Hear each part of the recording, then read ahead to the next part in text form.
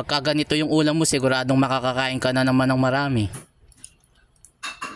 Pasintabi nga po pala sa mga hindi nakain ng karne ng baboy. 2 araw kasi masama yung pakiramdam ko, kaya ngayon pa lang ako nakapagluto ng maayos. Isasangkotsa ko na muna yung nabili kong karne ng baboy at saka yung atay. Naglagay lang ako ng saktong toyo at saka kalamansi para makatulong na mawala yung lansa. Kung wala namang kalamansi, pwede na yung suka. Naglagay na rin ako ng liver spread, yung natira naman gagamitin ko sa paggisa. Pati yung bawang inilagay ko na rin, pero nag-iwan lang ako ng kaunti para paggisa mamaya, pati na rin yung sibuyas. Kaya kapag magsasangkotsa ako, nilalakihan ko na yung sibuyas at tinadamihan ko na yung bawang. Nilagyan ko na nga rin pala ng powder ng paminta at saka yung tomato paste. Pwede rin kayong gumamit ng tomato sauce. Ako kasi ginamit ko para maganda yung kulay at saka malapot yung pagka-sauce. Naglagay din ako ng 2 pirasong dahon ng laurel at pagkatapos hinalo ko na para mag-mix lahat yung inilagay kong pampalasa. Hindi nga pala ako maglalagay ng tubig dyan, hayaan ko lang kumulo yan. Maglalabas kasi ng sariling tubig yung karne ng baboy. Kung nandito ka na sa bahagi ng aking video, pakishare mo naman sa iyong mga kaibigan, pamilya, mga boss o group na kaibigan ka. After kong mahalo, tinakpan ko na at isinalang ko na. Sinet ko lang sa mahinang apoy para hindi matuyo agad yung sauce. Kung sakaling matigas pa yung karne ng baboy at kailangan ng dagdagan ng tubig, dagdagan nyo na lang. At nang malambot na yung karne ng baboy, isinalang ko naman yung kawali para iprito naman yung carrots at patatas. Para hindi madurog pagka inilagay ko mamaya at saka malinamnam kasi yung sauce pagka piniprito muna yung patatas at carrots. Pinrito ko lang yan hanggang sa maging malapit na maging toasted. Shoutout nga pala kina Miss Ann ng Davao City, Janina Santos ng Umingan, Pangasinan at kay Miss Lynn Mendez ng Japan. After ko mahango, nag-start na rin ako magisa ng sibuyas at bawang. Ginisa ko lang ito ng ilang segundo at nang lumabas na yung aromatic, nilagay ko na yung tomato paste. At kung nandito ka pa rin sa bahagi ng aking video, paki-comment mo naman kung tagasan ka para malaman ko kung saan napapanood yung aking video. Ginisa ko ng maigi yung tomato sauce para mawala yung pagkaasim. Sunod naman, nilagay ko naman yung liver spread na natira. Kung bago ka lang sa page ko, paki-follow na lang ako para updated ka sa mga susunod kong video. At huwag mo na rin kalimutan na i-share yung aking video. I-shoutout ko na muna sina Wendy Nefalis ng Baguio City, kay Zamora ng Talavera, Nueva Ecija at kay Mercy Achero ng Bulacan. Inilagay ko na nga rin pala yung hotdog. Bumili lang ako ng 4 na piraso yung regular. Hiniwa ko lang na paislant para maraming tignan. Ginisa ko lang yan hanggang sa maluto yung hotdog at pagkatapos nilagay ko na yung isinangkotsa ko. Ganyan ang ginagawa sa amin kapag may piyesta, sinasangkotsa muna nila yung menudo para lalong masarap. At saka nila igigisa uli para hindi nga naman madaling mapanis. After ng ilang minuto, nilagay ko na yung patatas at carrots. Hindi na nga rin pala ako naglagay ng bell pepper at saka ng green peas. Continuous lang ako sa paghalo. Luto na rin naman kasi yung patatas at carrots. Patutuyuin ko pa ng kaunti yung sauce ng menudo. Makalipas nga lang yung ilang minuto, ayan na nga, luto na yung menudo. Nagpahinga lang ako ng saglit at naligo pagkatapos kumain na rin ako. Tara mga lods, kain po tayo.